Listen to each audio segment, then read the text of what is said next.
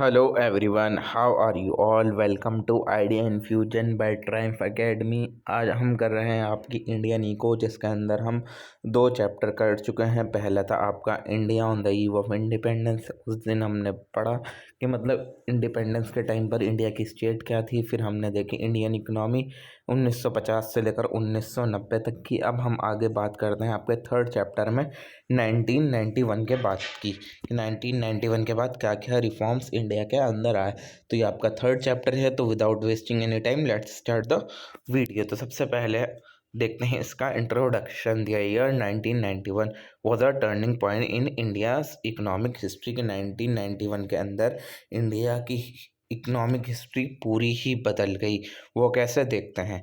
The country faced a severe economic crisis. India के अंदर बहुत ज़्यादा इकोनॉमिक क्राइसिस आए, forcing the government to introduce major reform. तो गवर्नमेंट ने क्या सोचा, अब हमें बहुत सारे रिफॉर्म इंडिया के अंदर इंट्रोड्यूस करने चाहिए, क्योंकि क्राइसिस डे टू डे बढ़ते जा रहे हैं। The economic reform were aimed at making the Indian company market oriented. तो रिफॉर्म्स के अंदर क्या ध्यान रखा गया है, जो हम अब जैसी अब हमारी इकोनॉमी होगी ना, वो मोस्टली क्या होगी, मार्केट ओरिएंटेड होगी, कॉम्पिटिटिव होगी और ग्लोबली इंटीग्रेटेड होगी। यानी मार्केट पर फोकस करेगी और कंपटीशन पर, और पूरी ग्लोबल में सब जगह एक्सेप्टेबल हो, सब जगह उसके प्रोडक्ट मिले, बिकें। ऐसी हम इकोनॉमी अपनी बनाएंगे इंडिया के अंदर।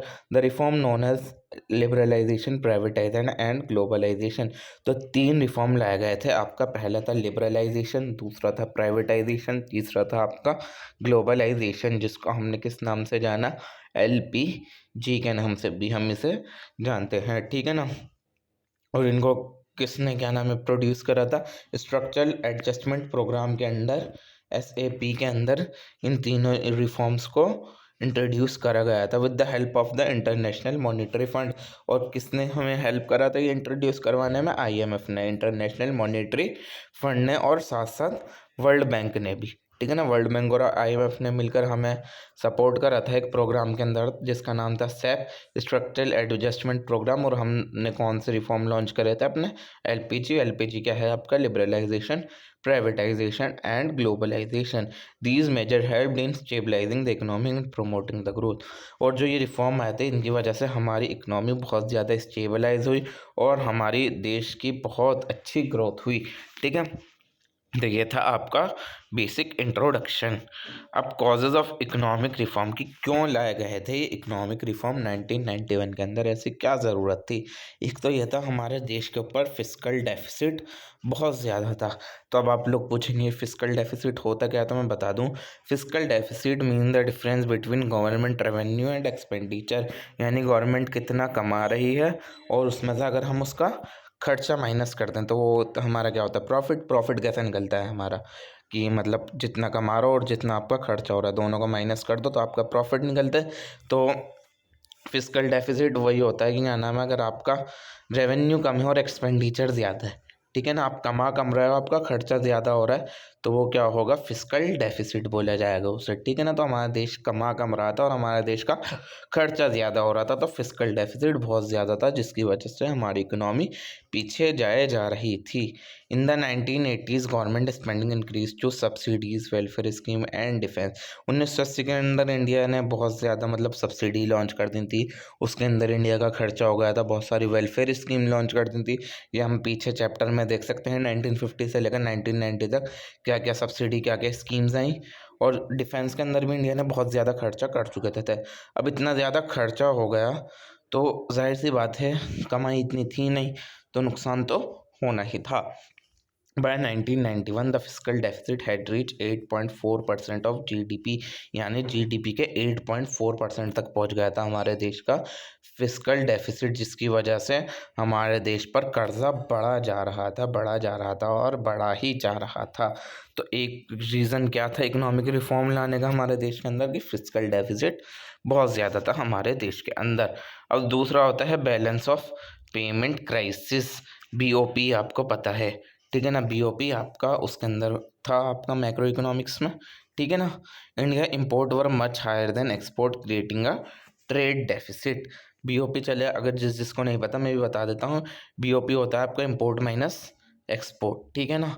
तो इंडिया के अंदर इंपोर्ट तो बहुत ज़्यादा था और एक्सपोर्ट क्या था, बहुत कम था। यानी कि बाहर से सामान बहुत ज़्यादा आता था और एक्सपोर्ट कम हो रहा था, जिसकी वजह से हमारे देश को नुकसान हो रहा था। बैलेंस ऑफ पेमेंट के अंदर दिक्कत आ रही थी, ठीक है ना। Foreign exchange reserve fell to less than $1 billion. तो हमारा फॉरेन एक्सचेंज रिजर्व था वो $1 बिलियन से भी कम का हो गया था, ठीक है ना। और किसके अंदर, सिर्फ 2 हफ्ते के इम्पोर्ट के अंदर इतना सारा सामान आ चुका था कि हमारा फॉरेन एक्सचेंज रिजर्व $1 बिलियन से भी कम हो गया था सिर्फ 2 हफ्तों के अंदर। तो बैलेंस ऑफ पेमेंट क्राइसिस इसको ही बोला गया है कि इम्पोर्ट इतना ज़्यादा बढ़ गया था कि फॉरेन एक्सचेंज रिजर्व हमारा कम हो गया था सिर्फ 2 हफ्तों में। India was the verge of defaulting on its international debt payment. तो इंडिया तो एक तरीके से भाई लुट ही चुका था, कर्जे के अंदर डूब ही चुका था। बैलेंस ऑफ पेमेंट क्राइसिस भी थी और फिस्कल डेफिसिट भी इंडिया के ऊपर बहुत ज़्यादा था। और तीसरा आ गया इन्फ्लेशन। इन्फ्लेशन क्या होता है, महंगाई। देश के अंदर महंगाई भी बहुत ज़्यादा थी उस पॉइंट पर, ठीक है ना।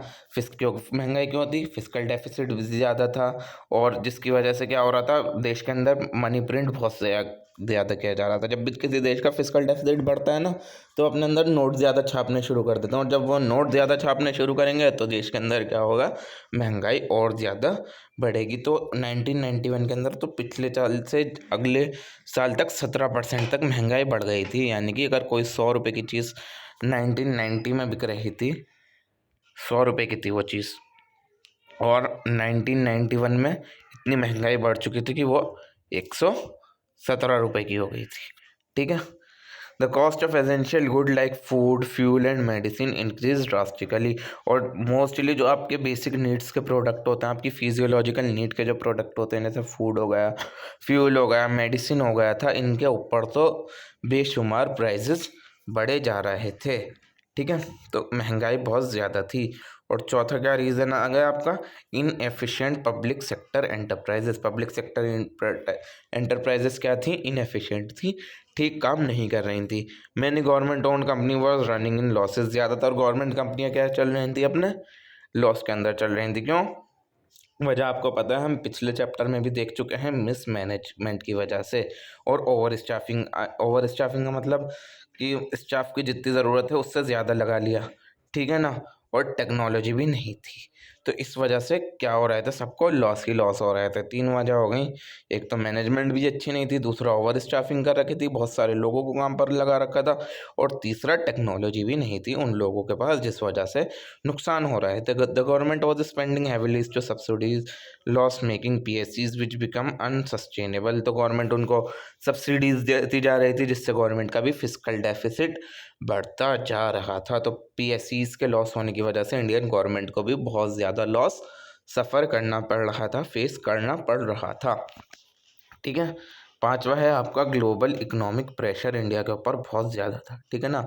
Other countries were adopting market oriented economic policies and attracting foreign investment. उस टाइम पर दूसरी कंट्रियाँ जो थी वो तो बहुत ज़्यादा मार्केट ओरिएंटेड थी, उनकी इकोनॉमिक पॉलिसीज़ भी बढ़िया चल रही थी और उनके ऊपर दूसरे देश भी पैसा लगाने को रेडी थे, मगर इंडिया के ऊपर कोई भी इन्वेस्टमेंट करने को रेडी नहीं था, क्योंकि इंडिया के अंदर क्राइसिस इतने ज़्यादा थे, फिस्कल डेफिसिट बढ़ा हुआ था, बैलेंस ऑफ पेमेंट क्राइसिस चल रहे थे, इन्फ्लेशन ज़्यादा थी, ठीक है ना। तो कोई दूसरा देश इंडिया के अंदर इन्वेस्ट क्यों ही करेगा ऐसे पॉइंट पर, ठीक है ना। आप भी देखो, अगर कोई कंपनी डूब रही है तो आप उसके शेयर थोड़ी खरीदोगे। ऐसे ही यहाँ पर था, इंडिया डूब रहा था तो कोई इंडिया के अंदर इन्वेस्टमेंट करने को रेडी नहीं था। India had to reform its policy to compete globally and attract investment. तो इंडिया को ऐसी पॉलिसीज़, ऐसे रिफॉर्म्स की ज़रूरत थी जिससे वो पूरे ग्लोबली कम्पीट कर पाए, पूरे ग्लोब से कंपटीशन कर पाए और इन्वेस्टमेंट ले पाए दूसरे देशों से, ठीक है ना। तो आपके ये 5 पॉइंट थे, ठीक है, कि क्यों रिफॉर्म लाने की ज़रूरत पड़ी। देश पर फिस्कल डेफिसिट बहुत ज़्यादा था, दूसरा आ गया बैलेंस ऑफ पेमेंट की दिक्कत चल रही थी बहुत ज़्यादा, और तीसरा आ गया इन्फ्लेशन, महंगाई बहुत ज़्यादा थी।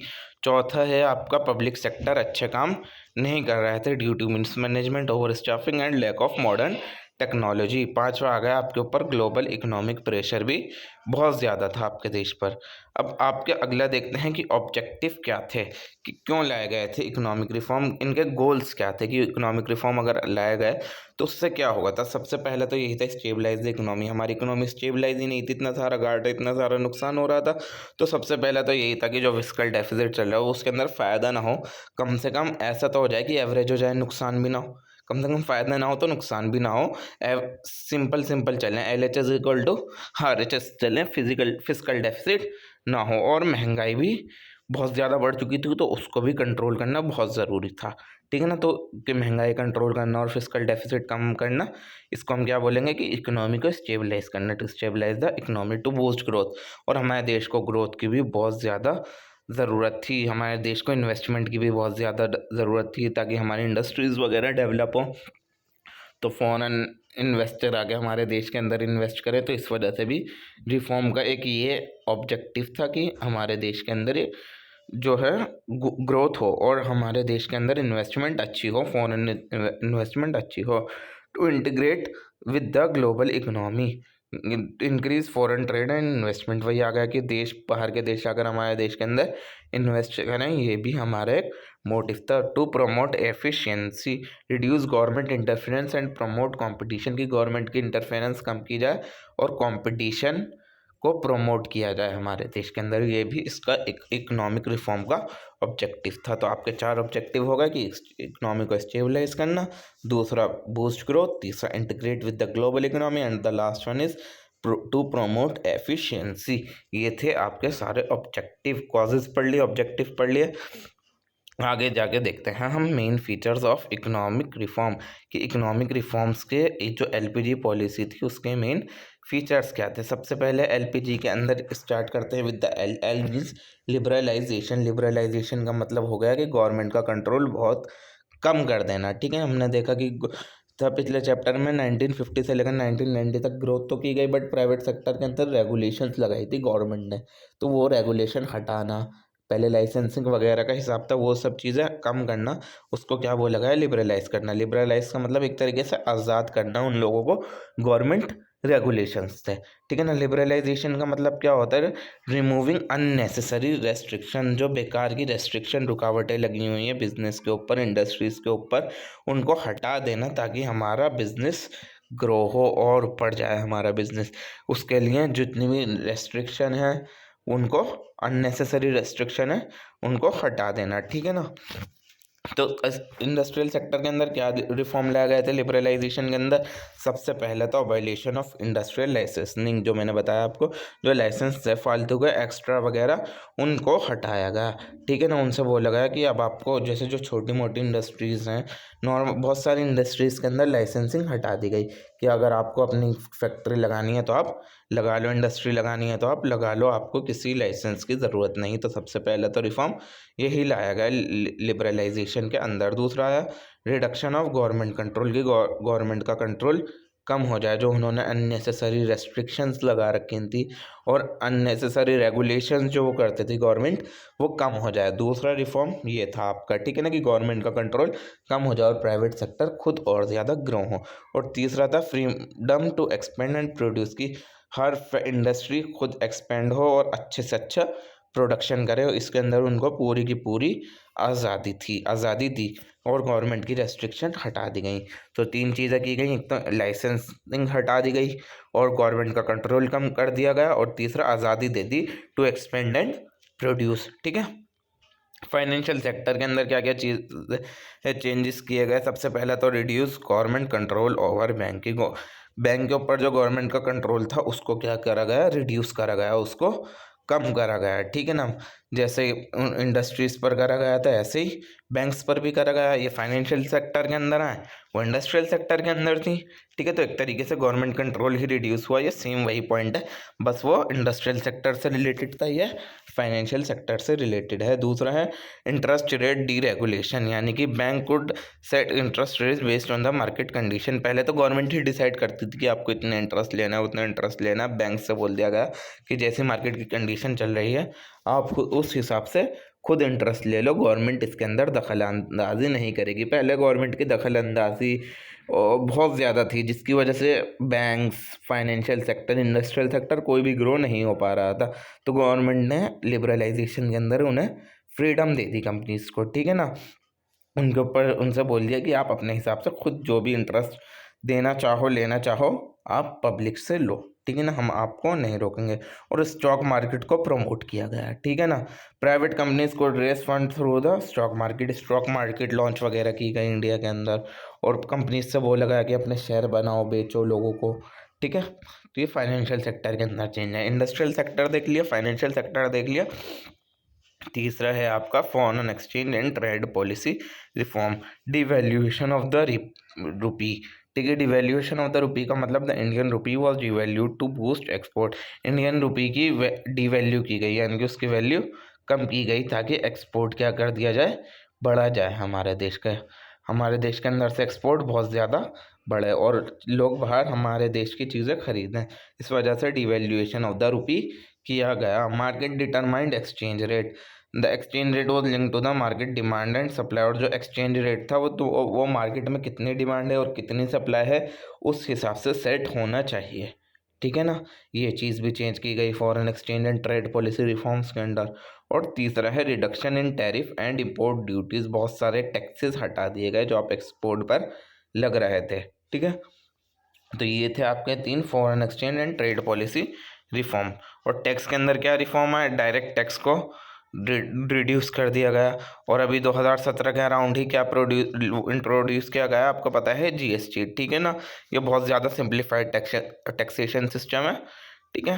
पहले टैक्सेस कम कर दिए गए थे 1991 के अंदर, फिर 2017 के अंदर जीएसटी भी लॉन्च कर दिया गया। तो आपके लिबरलाइजेशन के अंदर इंडस्ट्रियल सेक्टर के अंदर रिफॉर्म लाए गए थे, तीन लाए गए थे फाइनेंशियल सेक्टर के अंदर, 3 फॉरेन एक्सचेंज के अंदर और 2 टैक्स रिफॉर्म लाए गए, ठीक है।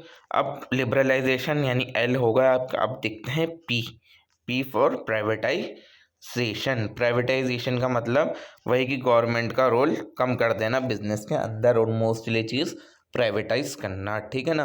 Privatisation mean transferring ownership and management of government enterprises to private players, यानी गवर्नमेंट की जो चीज़ें थीं जिसके अंदर गवर्नमेंट की ओनरशिप थी, मैनेजमेंट थी, उनको हमने प्राइवेट प्लेयर्स को दे दिया, यानी जो प्राइवेट कंपनीज वगैरह चलाते हैं उन लोगों को हमने उसे दे दिया। उसको हम क्या बोलेंगे, प्राइवेटाइजेशन, ठीक है।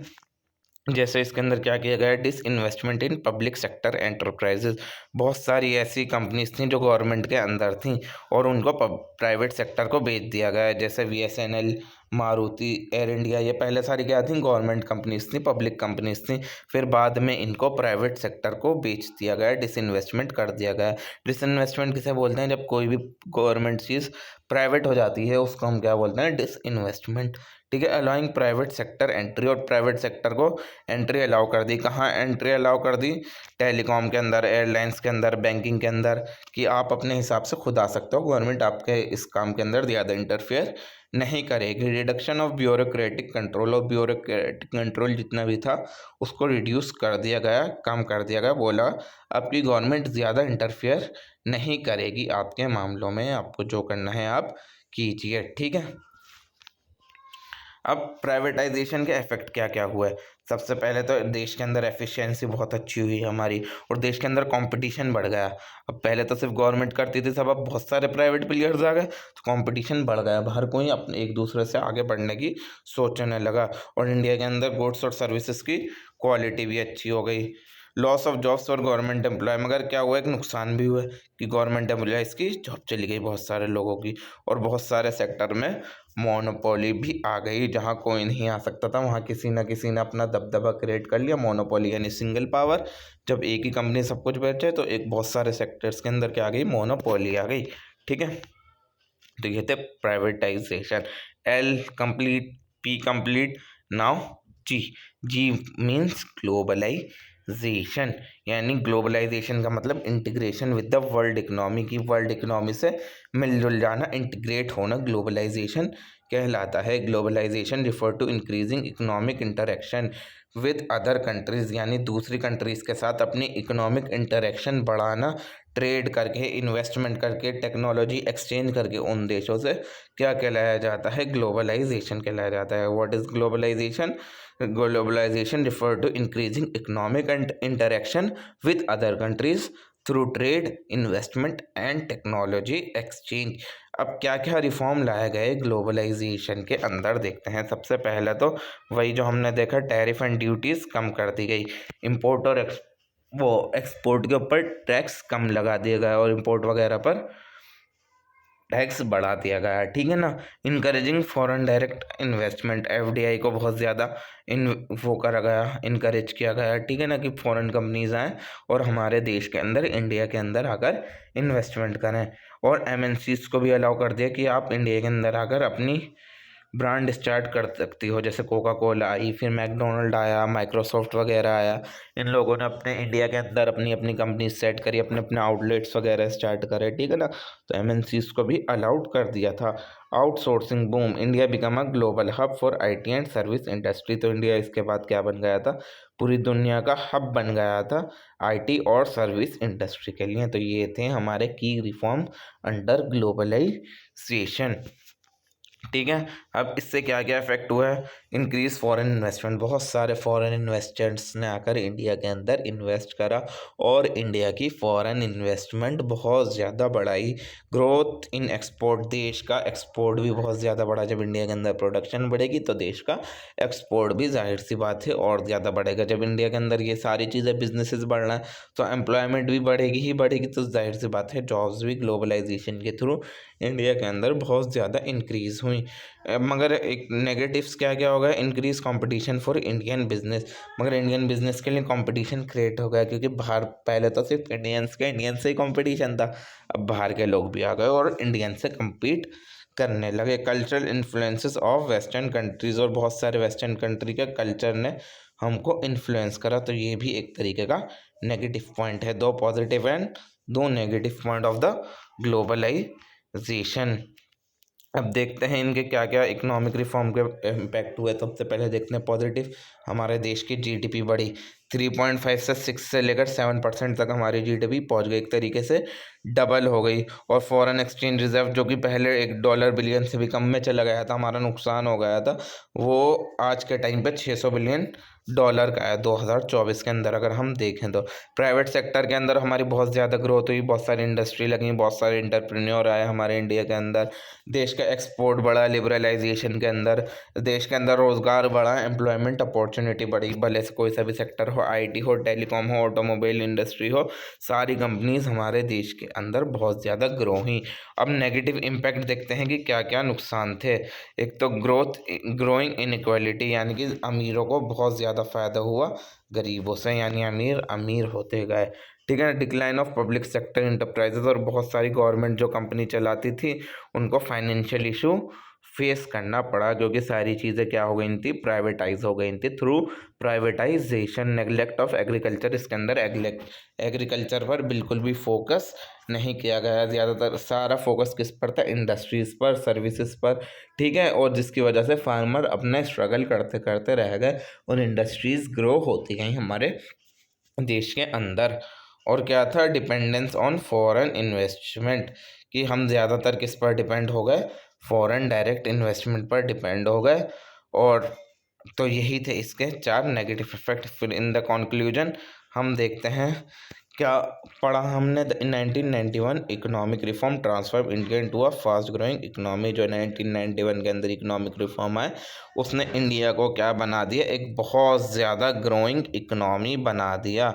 हाउएवर चैलेंजेस लाइक अनएम्प्लॉयमेंट, वो ये पॉइंट रह गया इसके ऊपर वाला। The help stabilise the economy, encourage investment and boost industrial growth. तो इसने रिफॉर्म्स ने हमारी किस किस चीज़ में मदद करी? हमारी इकोनॉमी स्टेबलाइज करने में, ये इसका ऑब्जेक्टिव था, हो गया। इन्वेस्टमेंट इनकरेज करने में ये भी ऑब्जेक्टिव था, ये भी कंप्लीट हो गया। और इंडस्ट्रियल ग्रोथ बढ़े, ये भी एक ऑब्जेक्टिव था और ये भी कंप्लीट हो गया।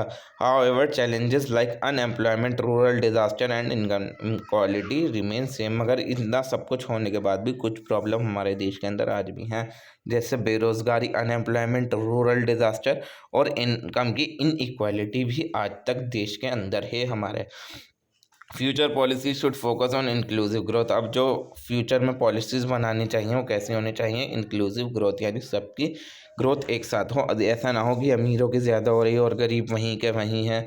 और अब की बार एग्रीकल्चर भी पर भी फोकस किया जाए और इंडिया को सेल्फ रिलायंस बनाने के लिए बहुत सारे सस्टेनेबल प्रोग्रेस की जानी चाहिए। तो यही था आपका कंक्लूजन। अब मैं आपको बताता हूँ जो आपको याद रखना है। सबसे पहले फिस्कल डेफिसिट, ये एक्सपेंडिचर ज़्यादा है रेवेन्यू से। ये चीज़ आपको हमेशा याद रखनी है कि फिस्कल डेफिसिट का मतलब क्या है। बीओपी आपको याद रखना है, बैलेंस ऑफ पेमेंट क्या है, कि एक्सपोर्ट और इंपोर्ट के अंदर कितना फ़र्क है, दोनों को डिफरेंस क्या है, एक्सपोर्ट माइनस इंपोर्ट क्या होता है आपका बैलेंस ऑफ पेमेंट। एफडीआई क्या होती है? Foreign direct investment, investment by foreign companies in Indian business. जब फॉरेन कंपनीज आकर इंडिया के बिजनेसेस के अंदर पैसा लगाती हैं उसको हम बोलते हैं एफडीआई, यानी कि फॉरेन डायरेक्ट इन्वेस्टमेंट। और डिसइन्वेस्टमेंट किसे करते हैं? जब गवर्नमेंट अपने शेयर सारे पब्लिक सेक्टर को बेच देती है, गवर्नमेंट अपनी कंपनी सारी प्राइवेट कंपनीज को बेच देती है, उसको क्या बोलते हैं? डिसइन्वेस्टमेंट। और एलपीजी पॉलिसी आपको पता है, एलपीजी का मतलब क्या है? L for liberalisation, P for privatisation and G for globalisation. तो आई होप आपको सब कुछ समझ में आ गया होगा। हमने जो शुरू से अब तक देखा कि इंट्रोडक्शन की क्या था, किस तरीके से आया, उसके बाद कॉजेस क्या थे इकोनॉमिक रिफॉर्म के, कि फिजिकल डेफिसिट ज़्यादा था, बीओपी कम था, इन्फ्लेशन ज़्यादा थी, पब्लिक सेक्टर अच्छा काम नहीं कर रहे थे, पूरे देश के ऊपर प्रेशर पड़ा हुआ था। ऑब्जेक्टिव, 4 ऑब्जेक्टिव हमने देख लिए थे कि इकोनॉमी स्टेबलाइज करना, ग्रोथ बूस्ट करना और दूसरी इकोनॉमी के साथ इंटीग्रेट करना और एफिशिएंसी अच्छा करना। और मेन इकोनॉमिक रिफॉर्म कौन से आए थे? LPG policy, L for liberalisation, P for privatisation and G for globalisation. फिर लास्ट में हमने देख लिया था इसका conclusion and some key terms to be remember. So that is for the today's video. Video पसंद आई हो तो वीडियो को प्लीज़ लाइक करें एंड सब्सक्राइब करें, बगैर मत जाएं। प्लीज़ सब्सक्राइब तो कर ही दें मेरे चैनल को। आप सब लोग वीडियो तो देख लेते हैं मगर सब्सक्राइब नहीं करते, तो प्लीज़ सब्सक्राइब इट नाउ। अभी दबा दो उस बटन को और अपने दोस्तों के साथ शेयर करो ताकि उन लोगों को भी हेल्प हो जाए। मैं मिलता हूँ आपसे अगले वीडियो में with the 4th chapter. Thank you so much. और अपने दोस्तों के साथ शेयर करना इस वीडियो को बिल्कुल भी ना भूलें।